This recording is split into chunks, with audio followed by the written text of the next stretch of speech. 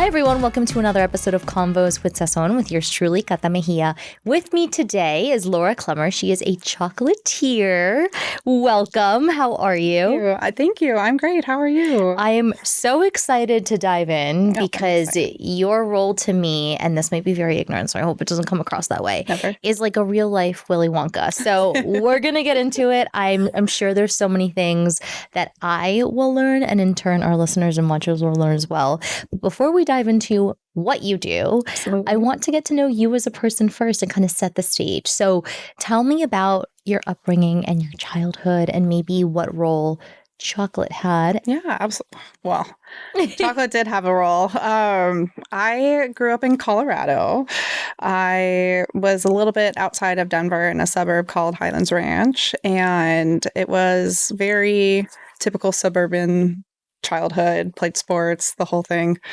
I never thought I was going to be a chef. I thought I was going to be a writer. I wrote this is so embarrassing. I wrote like fan fiction in high school. This is a safe space, girl. Like it starts there, and then you write your first thing, and then I went to Arizona State for English, and I ended up graduating with a communications degree because I realized that I liked English as more of a hobby. But before I finished school, I was already home baking. So that's kind of what segued. I know we just jumped ahead a lot. No, that's okay. Yeah. We're going to backtrack. Don't worry. But were you surrounded by those who love the kitchen, whether it was in your family or otherwise? Like, were you one of those kids that as either of your parents were in the kitchen, you also wanted to be involved? So my dad can grill a little, but he wasn't like a big cook growing up. My mom, and she won't deny this in the slightest, but she's scary in the kitchen. Like, we're like, put the knives down, don't hurt yourself. She hates it. So, but she could do a few things pretty tasty, but besides that, she's not the biggest cook. So, it was really my grandpa that was like such a great cook growing up. I think once my parents' generation were out of the house, my grandma was like, I'm done cooking. So my grandpa kind of like took over the torch. And he did so many incredible holidays for us. It was like the traditions were crazy. And I found out I didn't find this out recently, but I've always known my great-great-grandmother. Her name was Laura, and she was like one of the bakers in the family, like known for it. She was one of those that could just like throw anything in a bowl, never measured, and it would come out perfect every time. Oh. So she was my spirit animal, so to speak. It's funny that you just shared that story because there's this term in Spanish that I have that's like al ojo.com, which means to the eye. Yeah. I am like that. However, nothing is ever perfect. I'm just like okay with it. You know, I'm just like, you know what? Like, that looks good. Sometimes gotta hope for the best. Sometimes it's the best though. Sometimes that's when it turns out the best. So. And the downside is you can't replicate it precisely because you didn't like follow a recipe or anything. Okay, so your grandfather was the big influence. You mentioned getting into baking first. Was there anything that you gravitated towards within that sphere? Yeah. The other person in my family who's an incredible cook is my brother. I think we both, out of a little bit of survival, kind of banded together. So I gravitated towards baking because he was kind of the culinary guy in the family, and he would, bake all these crazy dinners. We love smash burgers. We I'll make fresh brioche buns, and we'll do freshly ground and the whole thing, like do it up. We do pizza nights. So we have like a pizza oven, and I'll make the dough. He'll fire it all up. So it was really fun, but I kind of gravitated towards dessert more because he would do all the culinary stuff. And when I started on my baking journey, I was working as a teller at Wells Fargo and finishing up my degree at Arizona State. And my boss needed a gender reveal cake. So I just on a whim was like, I'll do it. And she paid me money for a cake that I look back on it now and I feel bad accepting money for. like it did the trick. It was blue inside. It was a boy. But I look at it now and I'm like, you know how far you come when you look back at what you first started with. And after that, I just kind of started getting clients, and this was in Arizona. So I did a few weddings. I did some corporate events, like things like that. And then before I graduated, I was already getting my food truck going. So that was when, yeah. This is so interesting to me because as you start sharing that part of your journey, you talk about these life milestones that you were part of. And I don't know if it's just me, but if I'm just starting out, that would personally make me nervous because, for example, for a wedding or something along those lines, it's like, it's one wedding, you know, like it's a make or break. So how did you handle those situations? Did you get to a point where you trusted your skills well enough that you were like, I can do anything? Or was there still part of you that was maybe a little nervous as you accepted each job, especially at the beginning? You know, I think it's a combination of a few things. One of the biggest is being young and thinking you can do something that you probably shouldn't. Luckily, everything did turn out great for the weddings. You know, I mean, there's a lot of other horses, you know, not everything turns out great. But the weddings, these like really big, pivotal early career things that I did, it was like a high when you leave. You know, you're like, oh, you dropped off the cake. It didn't fall apart. Everything made it. You know, it was like, and I think when I would ride that high when I'd leave, I didn't realize how stressed I'd gotten, you know, like how much pressure and how much anxiety and how much over preparing you have to do for a wedding like that, because it is something that it's like you don't want to be the person that messes up like a huge part of someone's day, you know. Are you the first person in your network that pursues this professionally? And I ask because I think there is a difference, and you might agree, in baking for yourself and your close group of friends versus doing something professionally. So I'm curious to know what that difference is. Like, what does it really take, excuse the redundance, but to really take it to that next level and say that you are eventually pursuing something professionally? My mom really pushed me. I made a lot of cupcakes for events. Cupcakes were my thing. So she really pushed me in that direction. She was like, just go make a lot of cupcakes for people because they're good and people need to eat them. So I think just seeing it as an actual possibility versus just kind of doing it for friends and family was, that was, I was like, oh, I could do this, and I hadn't even finished the degree I was working on. And I was like, I'm not going to use this. I don't know what I'm going to do with it, so it just kind of naturally fell into it, actually. It just worked. You started mentioning a food truck. Tell me more. How did that start? Also, again, what does it take to, pursue something like that? I wouldn't even know where to start, because a lot of these careers, they don't necessarily have a blueprint, right? Especially if you didn't initially go to school for it. So the experience and like truly just doing it is the degree, right? Absolutely. I love my food truck. I opened it March 2020. What a time. The month COVID hit, it was my grand opening. So I'd started working, it's called Cupcake Queen. It's not operating currently.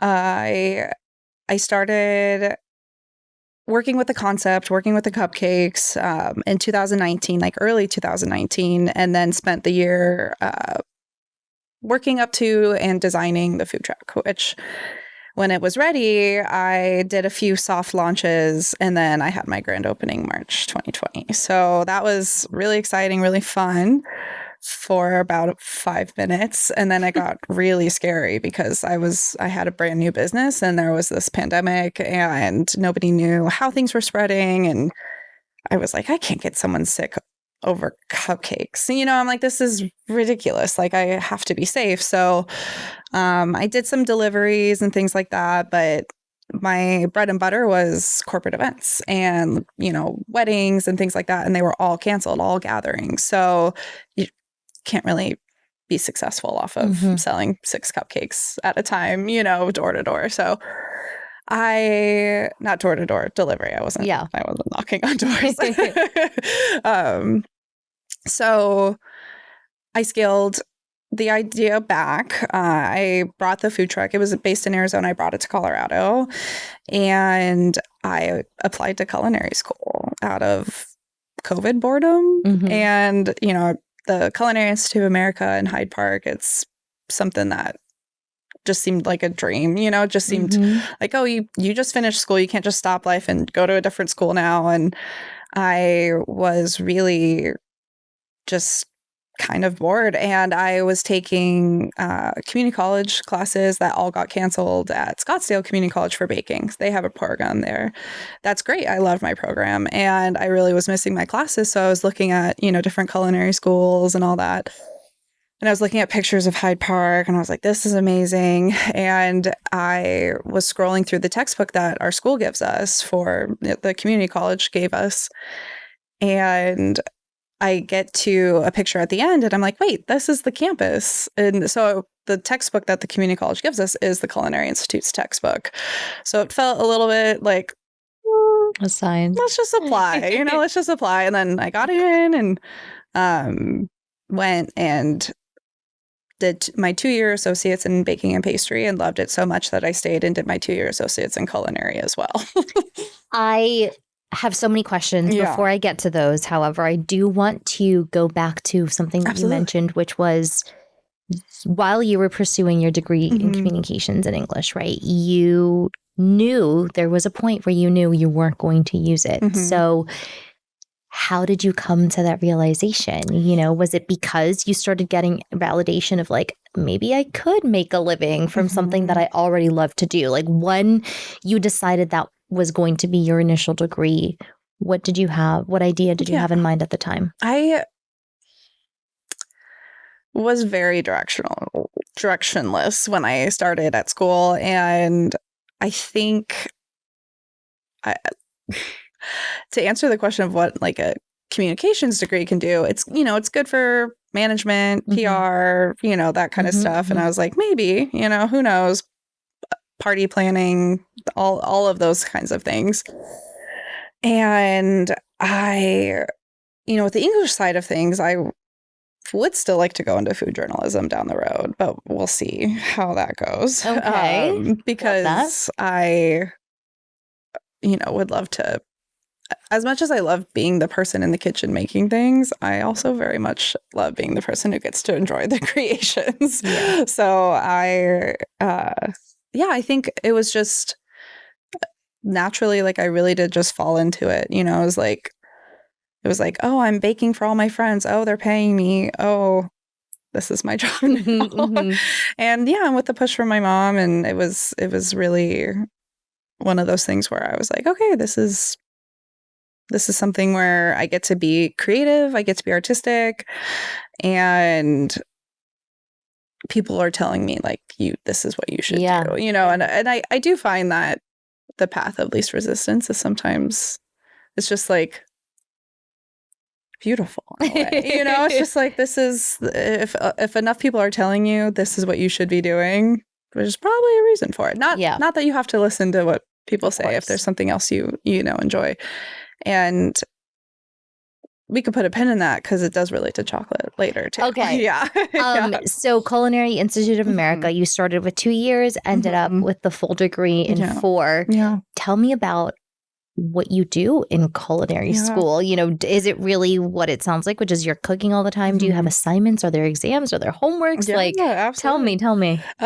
It's incredible. I felt like a kid in a candy store, pun intended, because there's so many professionals in that building that just know exactly this niche thing that you might be interested in. You know, it's like, oh, I really want to learn about certain cheeses from this region. And it's like, well, there's a teacher that studied there specifically this subject, you know. And I had, you know, I came at it a little bit older than some of the students. I would say the school is really made up of, you know, people, half like people fresh out of high school and half people who are like coming back to school after being in the industry. And I think having that perspective, being older, I was like, I'm just so happy to be here. How old were you, just for context? Oh, yeah. I started at 28 in culinary school. Okay. So 27? God, one of those. Late 20s. Yeah. And it was 2020. So these teachers it was easy to connect with them because they were happy to have students that were just really excited to be there and learn. So it was an environment where I didn't feel afraid to make mistakes. I think a lot of people do at culinary school, but I was like, I'm paying to learn these lessons. It's okay if I make mistakes. This is for me. This is for me to like figure out my life, Yeah. And I just loved it. We had practical exams, so we would have to, make a certain thing at a certain time. Or we had written exams, we had homework. It felt very much like college. Okay.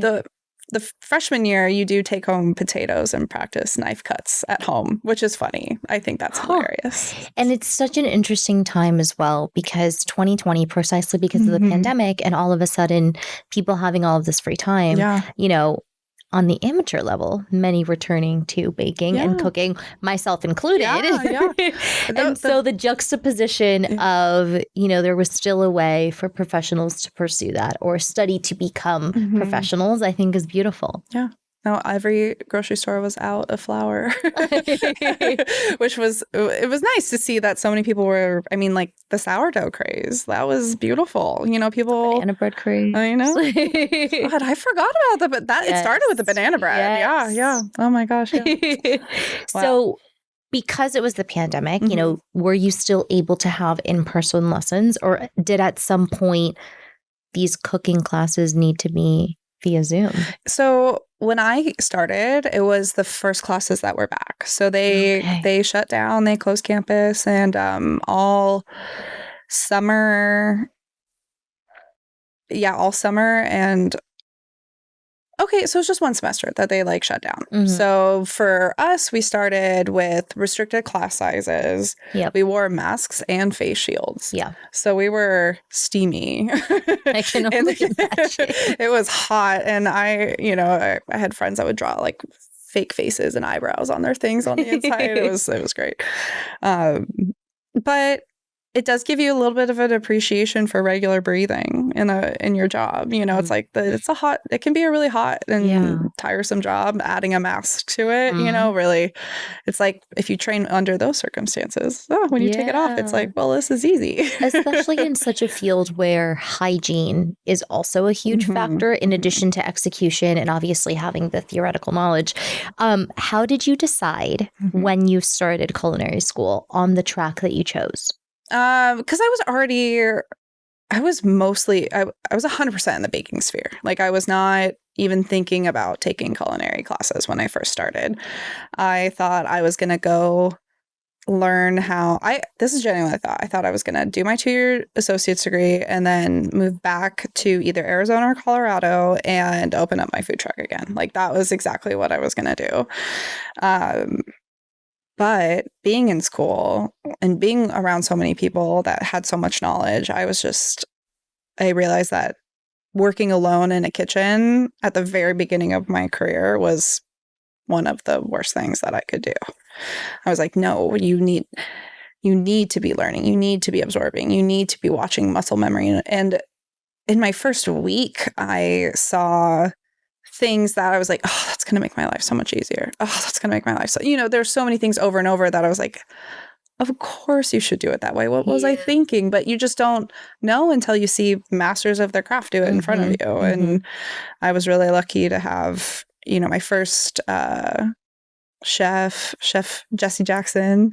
He was one of those that he went to culinary school where we went, and then he graduated and opened a donut shop, and then the pandemic hit. So then he came back to teach at culinary school. So we were in, kind of similar paths, but just the things that I learned from him and also watching his growth as a chef at the school has been really cool too. What would you say is something that being in culinary school not only taught you, but like what were you surprised to find out for yourself as a result of trying to pursue this professionally? Because I'm sure that there are professionals out there who ended up, with their restaurant or a food truck or something along those lines, and they didn't necessarily have to go or chose not to pursue that professional route or like professional preparation route. So what would you be surprised to share?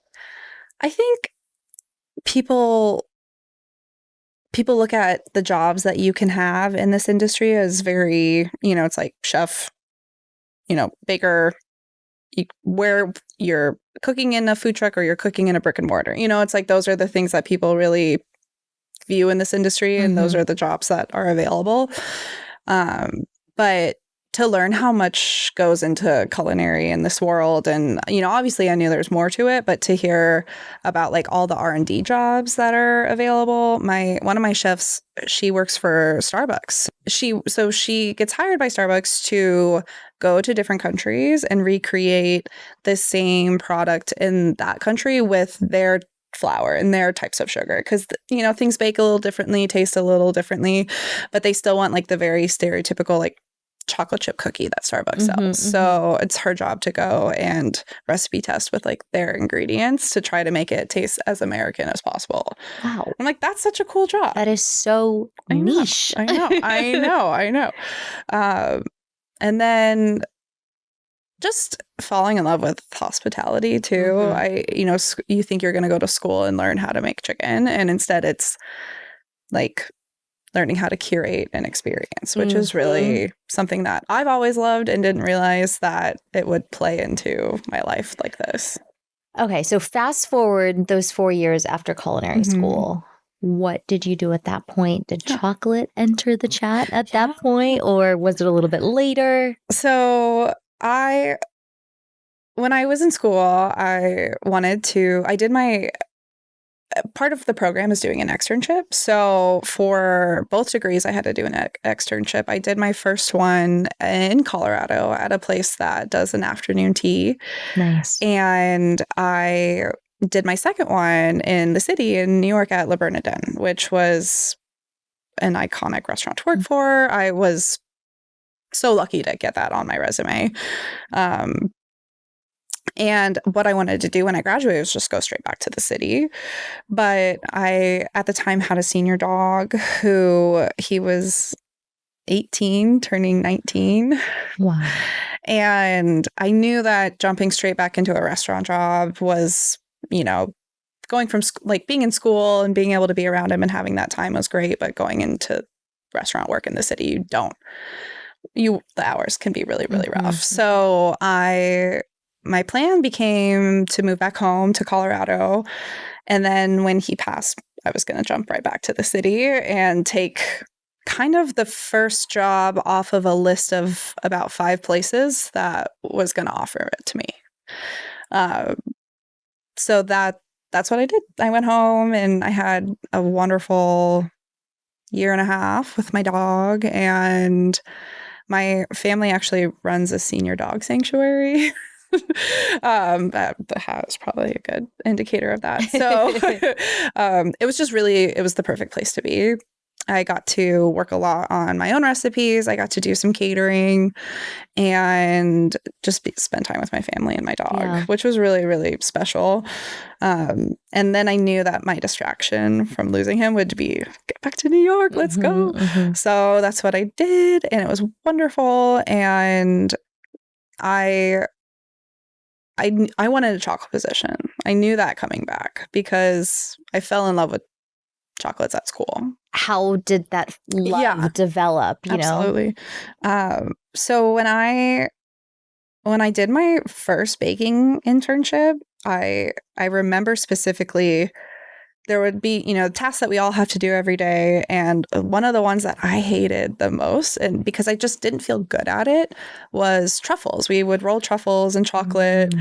And I remember there was another woman who worked with us, and she hated scooping cookies. So anytime we had to do those on the same day, it was like, I'll scoop cookies, you do truffles. It was just like our deal, So I went from like being apprehensive and not liking chocolate in the baking realm to being in love with it because of my teacher, Peter Grueling, who teaches the chocolate program at Culinary Institute.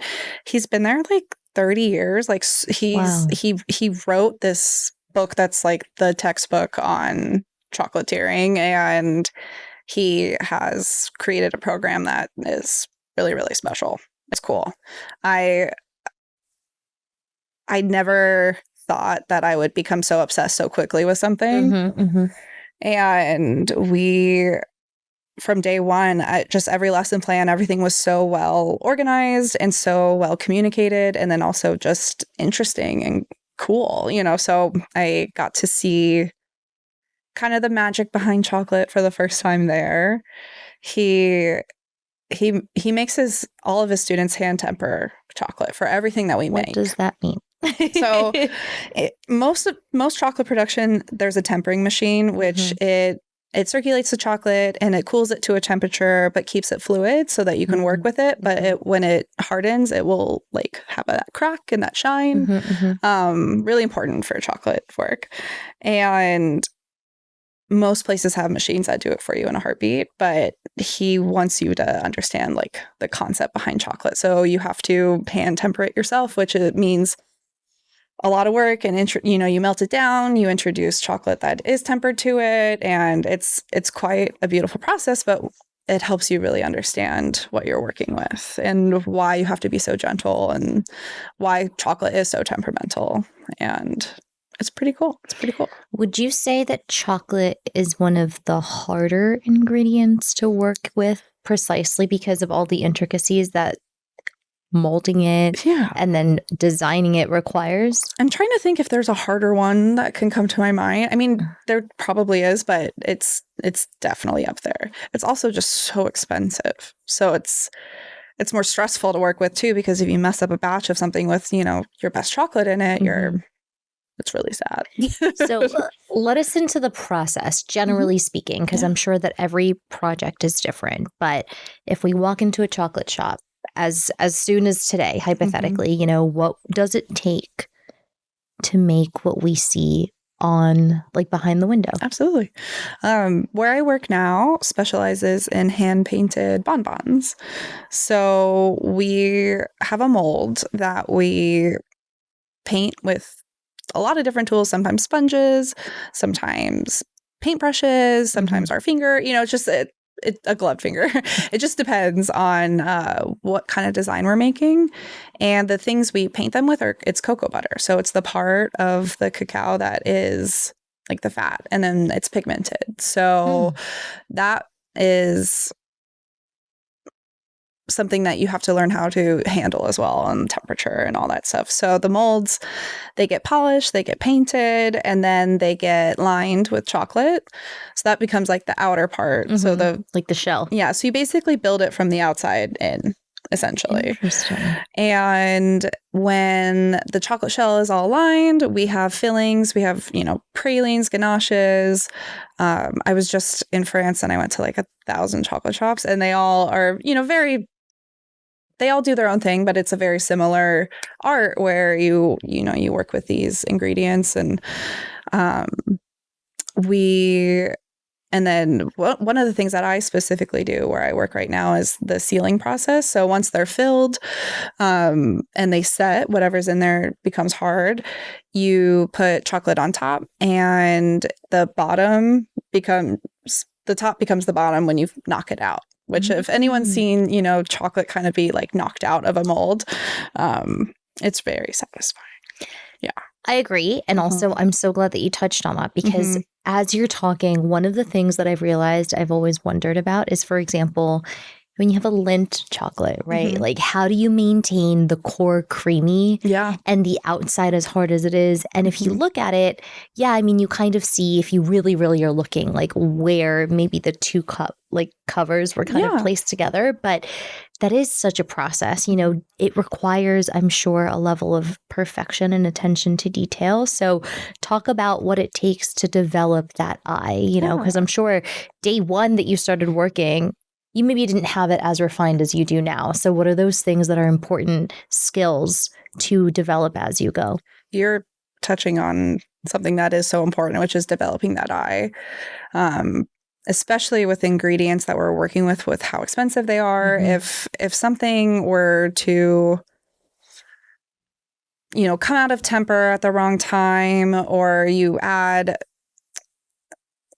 you overheat it and it gets to the point where you completely take it out of temper, and then you go to fill a bonbon, and it never sets. You've just wasted all of the chocolate that, it's like, you could have fixed the problem before, so if you aren't developing that eye as you go, you're going to cost yourself a lot of time and money, and it's sad to have to throw things out. It's really sad. So,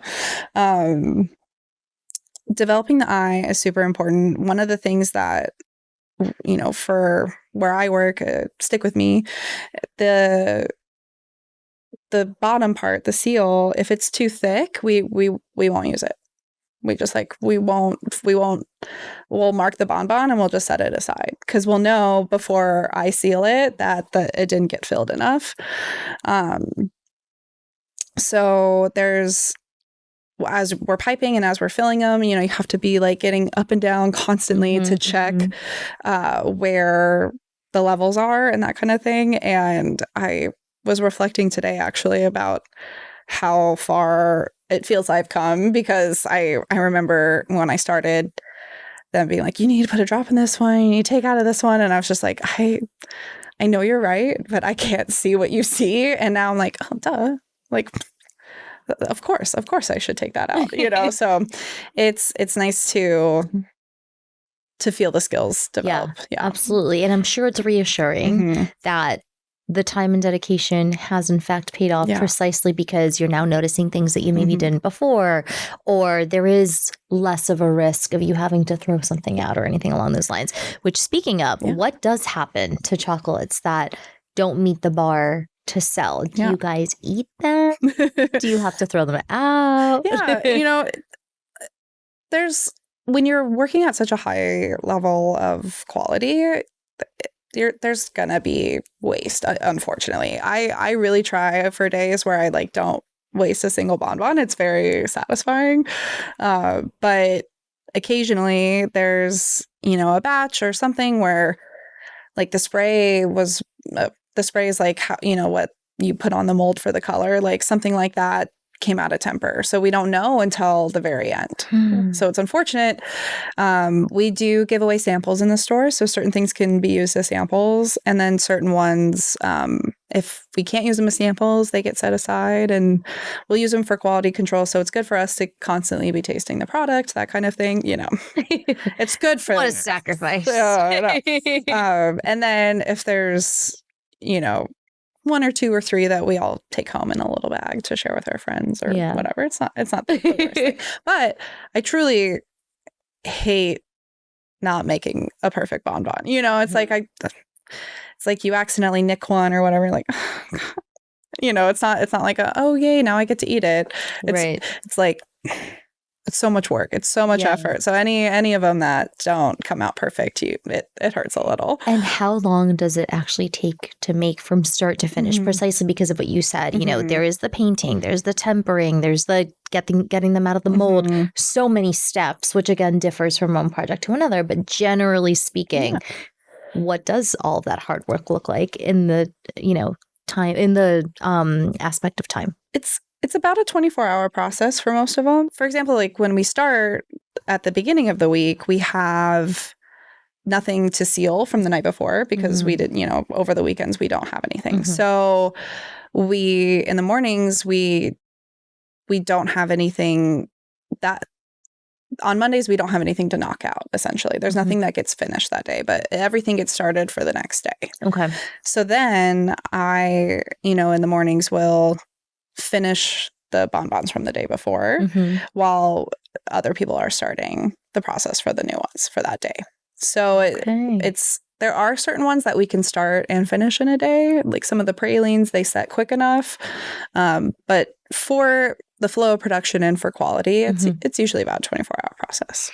Precisely because of the flow of production, is that why when dividing up the jobs, you know, you have to specialize in something. So you mentioned you're currently focused on the ceiling, but does somebody else do the painting? Like, how does that distribution work? Yeah, we have one chocolatier specifically who, I mean, it's funny, we call it her room, the room that the spray is in, because she's so talented and she makes like all these incredible designs. You know, we have seasonal holidays and things like that. So I'm really learning a lot from her. And then everyone also will step in with the decor. You know, there's certain things like certain bonbons that take a bit more time and a bit more team effort. But for the most part, it's mostly one person who does it. And then there's another person who does like most of we call it shelling. So making the outside of the bonbon. So that part, which is very technical. Every bonbon requires like a slightly different thickness. And, you know, she's over there like weighing the molds, timing how long she turns them over and lets the chocolate run out. Like she has a whole process to make sure that each one is consistent. It's very impressive. And I do the sealing. So for about the first half of the day, I'm like finishing bonbons. And then I do, for the most part, get to be the one that knocks them out, which is so satisfying. You know, that's fun. I would love to know, now that you are out of culinary school, you're about 2 or so years out and in the real world, looking back, what would you say are aspects of culinary school that have prepared you and set you apart precisely because you went to school for this versus maybe aspects of culinary school that didn't quite prepare you for post-graduation? Talk about that. It's funny because it's not true in my current scenario, but in school, we get access to so many incredible pieces of equipment and, you know, just expensive things that like are very, very beautiful tools that a lot of chefs don't ever get access to in their restaurants because they're just unaffordable. It's kind of like how Apple comes in and puts a bunch of like laptops in schools so that kids will go buy those laptops, you know, and it's like, that's what they're hoping. So we have, you know, rationales, we have all these, which is this like fancy brand of ovens. We, you know, all these things that people are like, you're not going to have all of this when you go to work. So you have to make do. And that's very true for most of the places I've worked. But currently at Stick With Me, it's beautiful. I mean, we have like all of these things that are, not only are they tools that most people wouldn't have in a chocolate shop, but they're the best version of that tool. I mean, it's stunning. Okay, interesting. So the tools wise, would you say it prepared you to make do? Yeah. Okay. And versus what are aspects of culinary school that maybe you had to learn on your own despite their best efforts? Yeah. Trying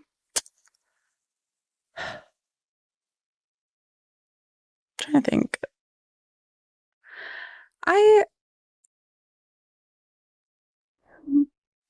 You know, our industry is really complicated when it comes to how chefs act in the kitchen, right? There's a lot of stereotypes of chefs yelling and all that stuff. And I will say that school kind of gave a good view into that. Like 99% of the time, you're going to get a normal chef. Sometimes you're going to get someone who's crazy. I do think that that's kind of dying out. You know, a lot of people aren't really willing to work for someone who's going to berate and belittle them, especially when it's in an industry that's chronically underpaying their employees. So I think school overhyped how bad it would be. You know, I think they were like, do you think this is bad? Wait till you get out there. Da, da, da. Everyone just wants to work and live their lives, you know, and be kind. So the reason I asked, and I have one more question related to culinary school as well, is precisely because of what we on the outside might think of the industry.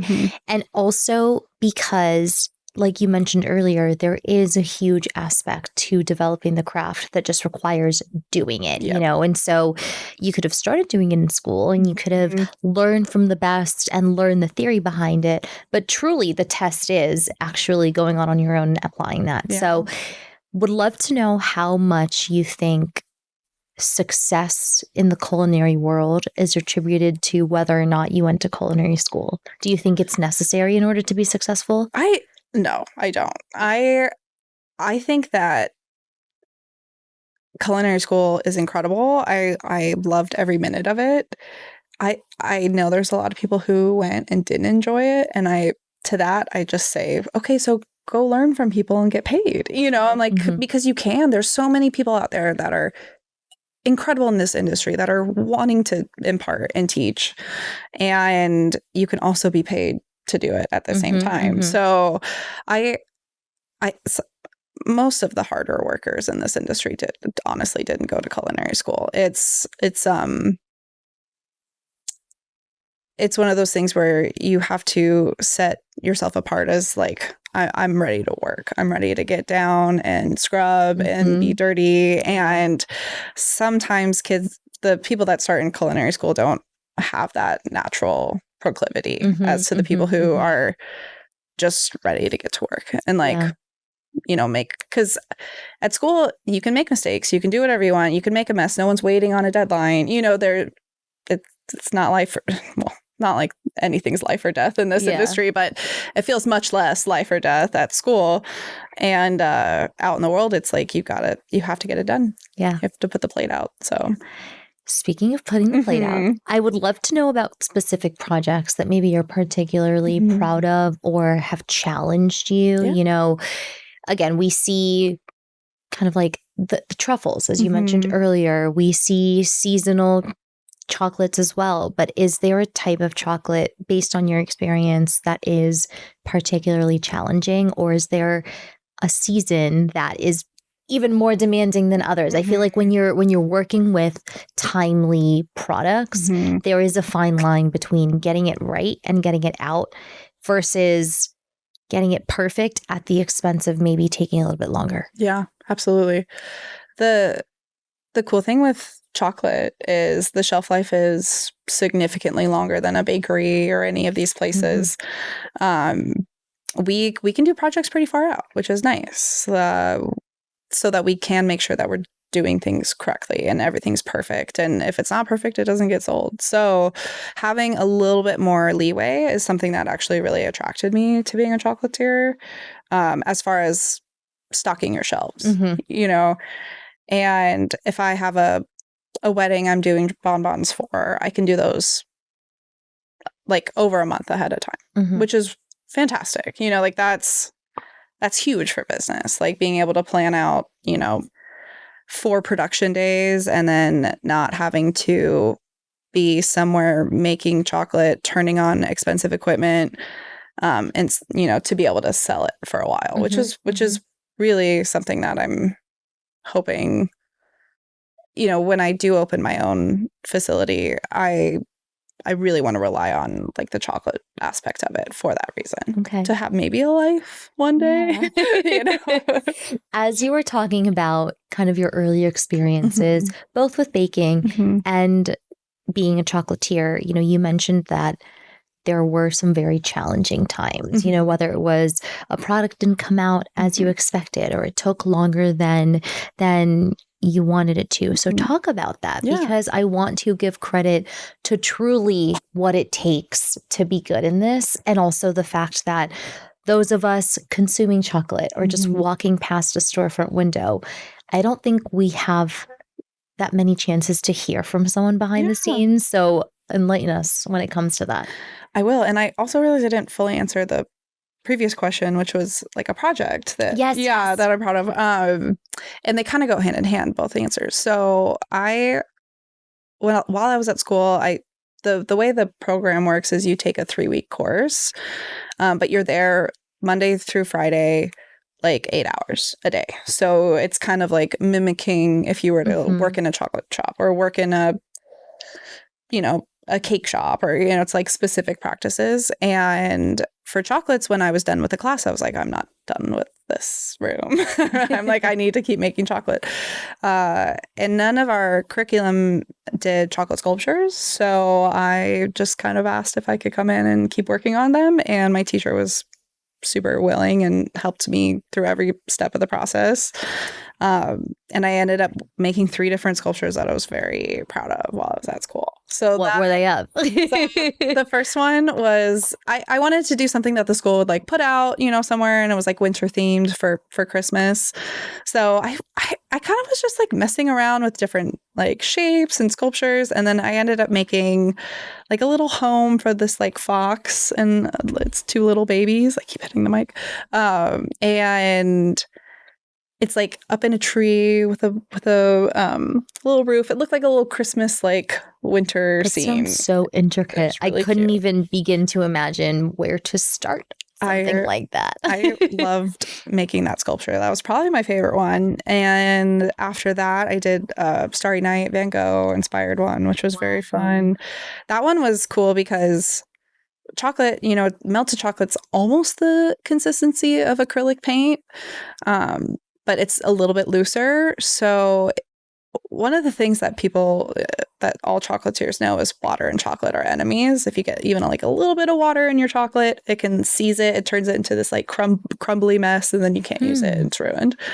But if you're like really, really careful and you add just the teeniest drop of water to chocolate, instead of seizing, it'll kind of thicken up into a paste like acrylic.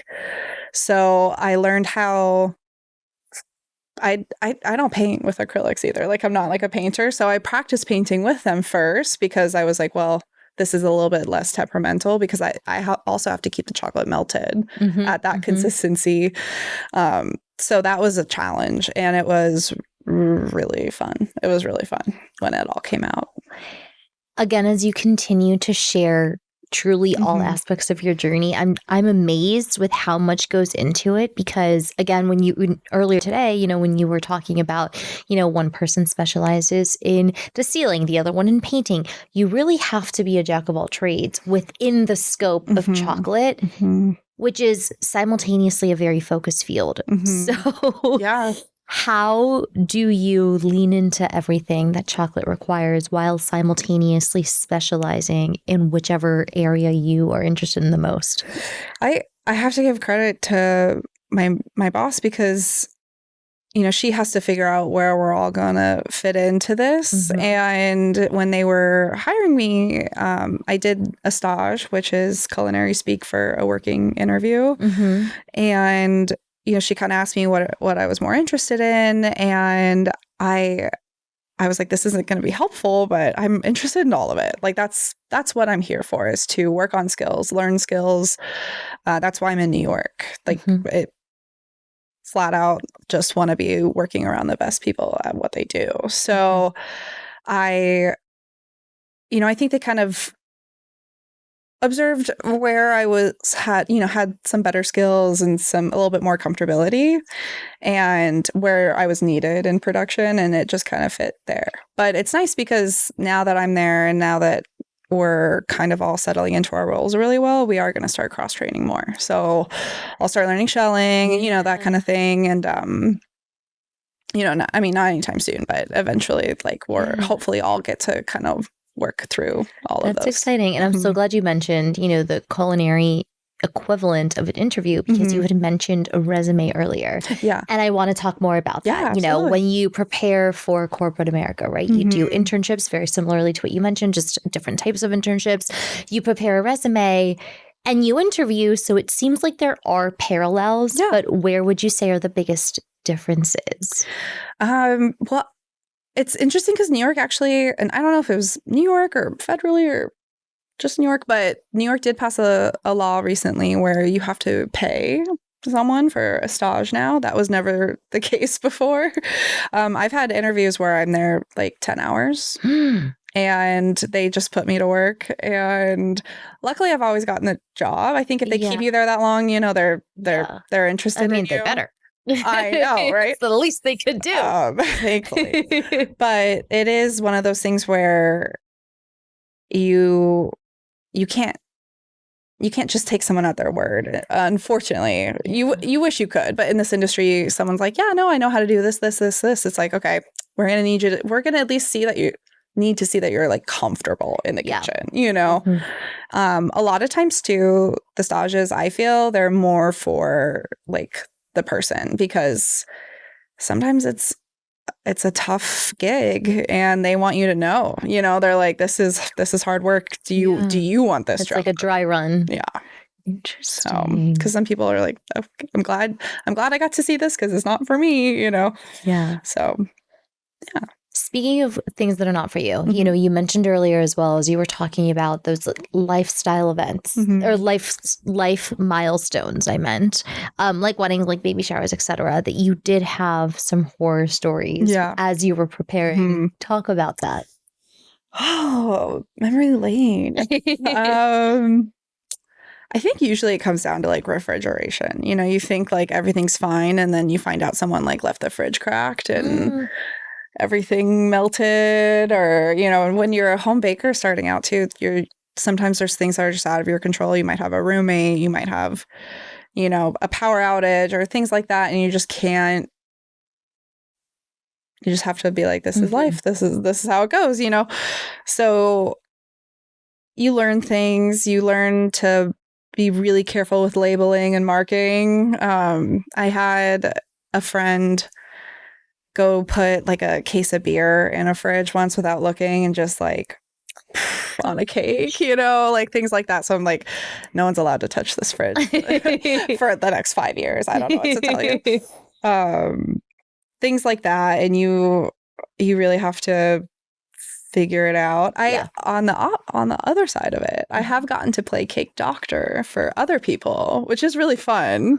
I used to work at a Cold Stone. And I love Cold Stone. Right. This was when I was like 19, and I was kind of getting into the home baking, you know, it was like early on, and my friend made a cake for her grandma's birthday, and she just decorated it way too hot and it just like crumbled everywhere. She's like, what do I do? And I was like, oh, just bring it here. So I like molded it back together and refrosted it and stuff, and cake doctor is pretty fun. That should be a service. Are there any transferable skills or parallels that you were able to bring in from your baking days to your chocolatiering days? Oh yeah. I think time management. Yeah. You know, that's the biggest thing. And thinking ahead, thinking a step ahead. Sometimes I do that too much to where I like mess up the current step I'm on, because I'm like focused on what I'm going to do next. So there's a balance there. And we do a lot of baking, and we do a lot of, you know, like all of the skills that I learned in culinary school are in baking classes transfer to chocolate, because we make little cakes, we make little cookies and little things that go inside the bonbons. It's just in a much teenier, tinier form, which was really cute. What would you say are the trade-offs that someone in your industry has to make in order to pursue it, especially early on? You know, you mentioned that there are long hours, but what are the other hardships that come along with truly being dedicated to the craft? Yeah. That the hours are, you know, it's not always bad. There's busy seasons, and this is the first time in a long time that I've had weekends off, which is incredible, because like we said, the shelf life, you know, the shop's open, but the chocolatiers don't have to be making chocolate on the weekend. So we get to have, you know, kind of that Monday through Friday, which is incredible. I would say, you know, because of the process and the complexity of the bonbons, we don't have a hard out time. You know, we never know, like, okay, 5 o'clock, let's go. Like, that's not a thing, you know, with chocolate. So it's done when the team is done, and we leave as a team. So there's days where, you know, it's like I can't commit to anything during the week. And it would be nice to be able to join like an intramural team or like a book club or something during the week, but I just can't, because there's, you know, it could be a 12-hour day. It could be less. Yeah. But but it's okay because I'm like the skills I'm learning and the things I'm developing. It's like what I signed up for. And, you mentioned leaving as a team. Mm-hmm. I'm sure that helps morale because it doesn't feel like, I'm the only one staying after. Mm-hmm. And maybe it also helps that you probably know what you were getting into, hopefully. Yeah. So there's a goal in mind and there's a purpose. Absolutely. As with everything. Where do you get your inspiration from? Whether or not you're making the creative decisions at your workplace currently, but I'm curious to know, when you were dedicating your time to baking, now that you're a chocolatier, do you practice in your free time, outside of your workplace? And where do you get the ideas of like, I'm going to try this next, or these combinations of flavors, for example? It's cool. We have collaborative meetings where we discuss flavors and we get to put forward, a lot for, I wasn't sure if that was going to be the case. I was hopeful and it was immediately. I pitched almond croissant bonbon and we put it in our Mother's Day box, which was fun. I was like, okay, I got to like flavors out there. Yeah. It was cool. Our boss just took the idea and made something incredible with it. And that's what's really cool about collaboration too. It's like someone could pitch a random idea and then we develop it as a team, which is really exciting. I do love making chocolates outside of work. It's been a little bit since I have with this new job. I think the last thing I did was a project for my friend. He did a German pop-up and he wanted to do a different dessert than Black Forest. Everyone kind of expects Black Forest for like the main dessert. So, and he wanted to do miniardises at the end, like little bites. And he had a couple ideas and I was like, why don't I do a Black Forest bonbon? That way it's like delivered in a way that's a little bit unexpected, but it's still on the plate, And I loved how it came out. It was really good. We did like a cherry pâte à fouille. We did 2 different layers of ganache. So when you bit into it, like it looked like a layered cake. It was really nice. Very cool. Yeah, it was fun. Okay. Shifting gears a little bit because you have mentioned that you eventually want to open up your own shop. What does it take to do something like that? Both an experience that you would like to have before you do something versus logistically speaking, like what does it take? And as you think about the shop that you want to open, what does it look like? What purpose do you want it to fulfill? Yeah, I'm getting really excited because what I wanted to do fluctuated so much like while I was in culinary school, and I feel like I'm really starting to hone in on like what my first concept is going to be. I'm a huge community person, right? So I want a place that feels like people are gathering, people are picking up ingredients, people are picking up stuff for dinner. So I would really love to open like a marketplace, which has, breakfast, lunch, cafe. We can do private events for dinner. And then hopefully like a chocolate shop, like a little chocolate shop inside, a little confectionery stand and a full bakery as well. So people can get breads, all kind of pick up everything you need for dinner. Oh, and sorry, local produce and goods and eggs. And so one-stop shop of sorts. Yeah, but like higher end and a focus on quality ingredients. As you describe it, it sounds like Italy a little bit, which is like you find a little bit of everything. Totally. It is higher quality. There is an experience aspect to it. Yeah. I love Italy. I love it. Yeah. I do too. Yeah. What would you want customers, both current customers that consume chocolates that you've worked on, as well as future customers, whether it's they come to your future marketplace or anything else, to walk away with when it comes to the products that you put out there?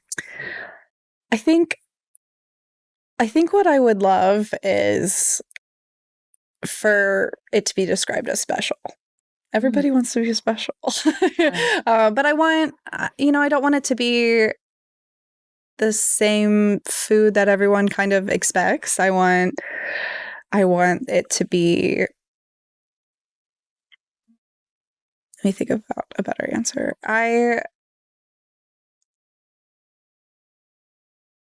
First and foremost, satisfied. Secondly, special. That's actually the order I want. I want it to be a smaller menu, but there's something on that menu for everybody. Yeah. Okay. Focus on quality, but like this will open a door, for someone to try something maybe that they wouldn't have. I love that. Yeah. As we have talked this entire time, I keep on thinking, and it's one of my favorite scenes in my all-time favorite movie, which is Ratatouille. Yeah. Which is the scene where he like bites into a fruit and bites into a cheese and there's like explosions. And I do think that chocolate or food in general has that power, to bring us joy, to maybe transport us to a specific moment in time or a place. So it really sounds like you could do that, with all of the things that you're pursuing. Hopefully, with the right team and the right people, it takes, that's the thing too, is it takes such a community, so I have to, the idea is one thing, but the concept behind it and building that is going to be a whole other. What do you think would need to happen between now and then to really be ready for something like that? In addition to, gathering a team, like you mentioned, like, are there any skills that you're actively trying to develop prior to getting to that point? Yeah, I think, before I was working at Stick With Me, I was working at a bakery, a vinacerie. So very like high quality, croissants, danishes.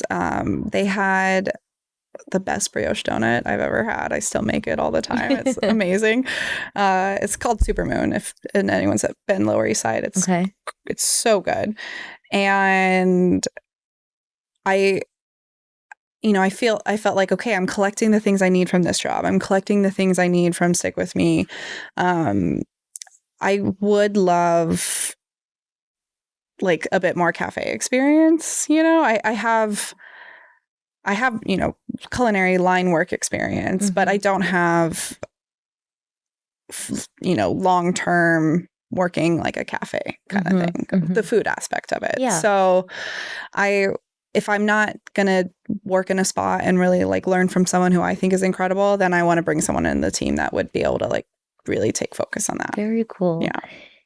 Aside from everything that you've mentioned, what is something that you wish more people understood about what it takes to pursue your craft professionally? Maybe something not talked about enough. Yeah. I think people are getting really hung up on prices, which is fair. The price of, it's like they want to get into the industry, but they're like, and I'm going to sell things affordable. It's like they think that they can do that, especially with chocolate and stuff. They're like, oh, it's just greedy business owners who want to make a lot of money. Inflation is insane. Supply chain has never been worse. Like it is wild what good quality ingredients cost. And I think a lot of people don't realize to do it at that level, you have to charge. You have to charge an insane amount of money these days to, to pay people a livable wage, to just even make something that tastes good. Yeah. So I finding that balance of being able to not, people want to go out to eat and you want to be able to provide that experience, but you have to also not pay people horribly, That's a really good point. And actually, as you were talking about that, I was thinking about something you mentioned earlier, which is as much as you try to avoid waste, it is a reality of the industry. And I know that alongside prices, climate change is also a hot topic across all industries, but especially when it comes to food production. Especially chocolate. Yes. What would you say, as it relates to climate change, will be impacting the future of chocolate, and simultaneously finding that balance, which is what you were talking about just now in a different context of continuing to meet the changing demands while simultaneously trying to reduce waste in a way that is eco-friendly if possible? Absolutely. And food being thrown out is something that it's just shocking. I mean, you just see insane things in my industry. You see like, it's the end of the week, like throw out that whole tail pan of lobster. Like it's one of those things that's just shocking to watch it happen over and over. What I'm worried about, with climate change and chocolate is the amount of people who are already working as slaves for cacao, essentially. And when, we have less crops and we have it's going to be significantly worse. So I want to enter into an industry or into, when I start a business, I want to make sure that business I'm starting is not going to worsen those conditions. Yeah. There's a lot of places that are directly sourcing their cacao and they're actually making it, well, not a lot, actually, just a few, but the ones that are doing it right. Fruition Chocolate up in the Catskills, they make their own chocolate. Like they work directly with the people that are like picking the cacao, and you have to roast on site. But then once that's part's done, you can bring it and start the process. So that, to me, I mean, that your prices become 5 times as expensive to do something like that. However, I do think that it's a two-way street, right? Consumers need to be more demanding in that sense of like truly taking it upon themselves to see, okay, what am I supporting with my dollars? And if I'm going to ask for high quality and simultaneously want ethical practices, I'm going to need to put my money where my mouth is and support those businesses that, yes, are at a higher price, but meet those criteria points per se, because those who look for a cheaper price but actually don't look at what it gets, like what it takes to get to that point, you're part of the problem. So I love that you mentioned that. I do want to ask you 2 last things. And the first is an inside scoop or exclusive, personally or professionally, that you want people to keep an eye out for. Now is the time. Okay. I think personally, actually, this is a great scoop. My family, the Senior Dog Sanctuary they run, we are making bonbons for the event. So it's a 500-person concert. We're going to have Pat Benatar as our vocal, as our concert attendee and our performer. And it's all about fundraising for the Senior Dog Sanctuary. But my job here is going to make bonbons for every single person at the event. So I'm excited. We're working on them. When is the event? It's August 19th. Okay. And it's called Pepper Senior Dog Sanctuary, psds.org. Okay. I know that's not what we're here to talk about, but I could talk about peppers more than myself all day. Of who you are. So it's totally fair. Will it be an event in Colorado? It is. It's in Colorado. Okay. It's at Mission Ballroom, and it is going to be such a fun night. So there's still tickets available. We have bistro tables. It's a full meal. It's full dinner and a concert. Okay, perfect. I will make sure to help spread the word.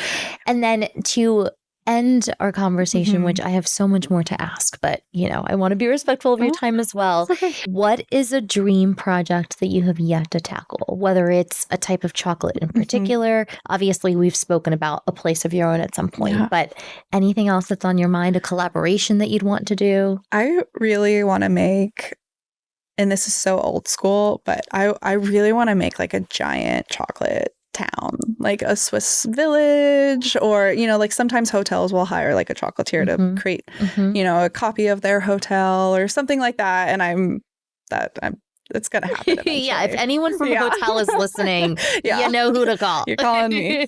Amazing. It'd just be fun to have a escape to work with a project like that, and a place where it would be visible, because it's it's like you can work on these things at home, but it's like, all right, then now it's just a chocolate sculpture in my house, like it's going to melt. So you want to have an audience. That sounds incredible. I can't even imagine the time or the effort in addition to the talent that would take, but I have no doubt that you are going to get there. The sculpting's fun. As someone who is not artistically inclined in any capacity, I truly can't even imagine, but that's why we have professionals like you to take care of it. I'm sure you got an artist in there somewhere. Listen, thank you so much for your time and your vulnerability and sharing your story. I think it's fascinating what you do. I insist that you really are a real life Willy Wonka. I think it's incredible. You're so sweet. It's a perfect job. It's fun. I love it. Well, thank you again. And thank you all for listening and watching. Until next time.